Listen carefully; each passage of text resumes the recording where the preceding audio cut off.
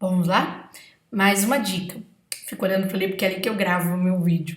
Eu vou falar sobre interpretação nessa prova que vocês vão fazer, não é? E naturalmente não sei se você já viu os outros vídeos, mas eu vou começar falando uma coisa que é muito importante, que é o seguinte. Chegou a prova do CACD, você vai ter mais ou menos 2 horas e meia para fazer a prova de português, as outras provas você tem que fazer pela manhã.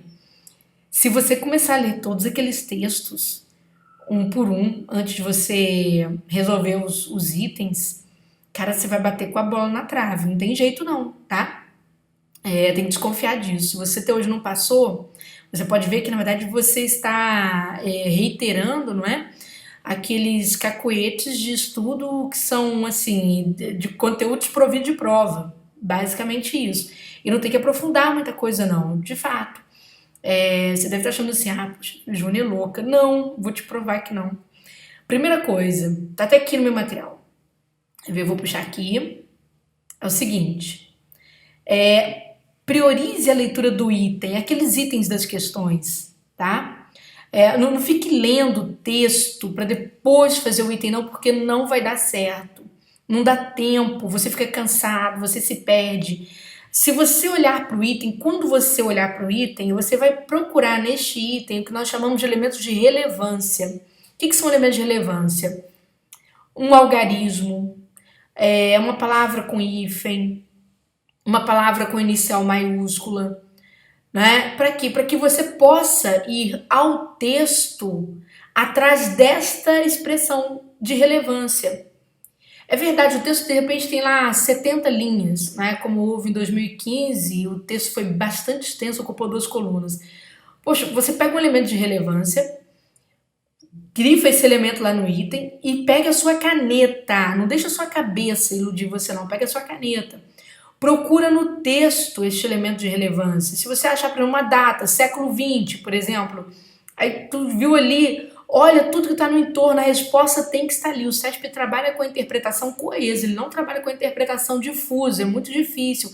Até trabalha, mas eu falo assim, se você tiver 100 itens de interpretação, um item é de interpretação difusa, ou seja, aquela que pega todas as partes do texto, tá? Então esse é um cuidado que você vai ter. O terceiro cuidado, eu digo assim, a gente quando vai interpretar, tem gente que interpreta por todo o conhecimento, leitura que tem, pererê, parará.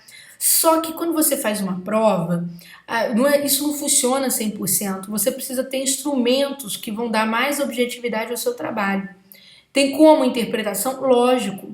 Lógico que tem, eu mostro. Que instrumentos?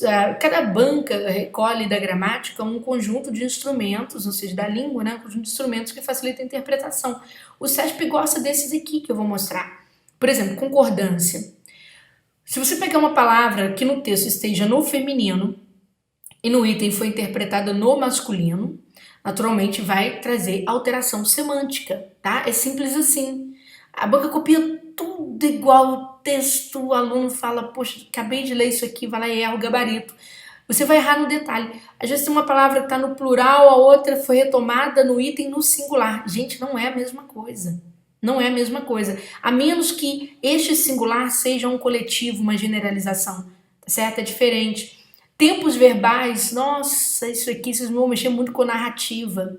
Narrativa se vale muito de pretérito perfeito. O examinador vai lá e coloca os verbos no presente no item. É a mesma coisa? Não. Não. Conjunções. Falei no meu vídeo anterior para que vocês possam memorizar as conjunções causais e concessivas. Por quê? Vocês vão fazer exercício de conjunção isolado? Não. Mas a conjunção causal, ela é exatamente quando você memoriza e você aprende que a conjunção, por exemplo, por quanto é conjunção causal, na medida em que causal, ou com quanto concessiva, malgrado concessiva, em que pese concessiva. A banca copia aqueles itens enormes assim, você nota que está tudo no texto, mas ela cria uma relação de sentido que não estava ali, e essa relação de sentido é causada por esse conector inventado, tá? Mas você precisa conhecer conector, senão não adianta. Pronomes demonstrativos, né, por conta da capacidade catafórica e anafórica desses pronomes. Nós temos pronomes que servem para recuperar a informação imediatamente falada. Se você não sabe isso, você erra. Por exemplo, teve uma prova para delegado federal no CESP uma vez, delegado de Polícia Federal. Aí o texto tinha 3 parágrafos falando sobre problemas do ensino no Brasil. Eu não lembro a ordem, mas eu sei que era mais ou menos assim. O primeiro parágrafo falava sobre os professores mal remunerados, o segundo sobre os problemas curriculares das escolas e o terceiro sobre a falta de estrutura física, laboratório, essas coisas, né? E aí veio o último parágrafo falando assim: isso tem levado os alunos a abandonarem a escola pública. Começava dessa forma. E a banca fez a seguinte montagem, que o que tem levado os alunos a abandonar a escola pública são professores desestimulados, falta de estrutura física, e, currículos defasados. Muita gente, certo, gabarito errado. A banca ficou louca? Não, porque as pessoas não estudam o essencial. Lá se diz o quê? Pronome com 2 S's, né? Esse, essa, isso, retoma informação. A última informação dada no texto, tá? Os pronomes com 2 S's retomam aí a informação imediata, tá bom? E cuidado com a adjunta adverbiais, o CESP também é danadinho colocar adjunta adverbial desconstruindo o aspecto de sentido de determinado texto, tá?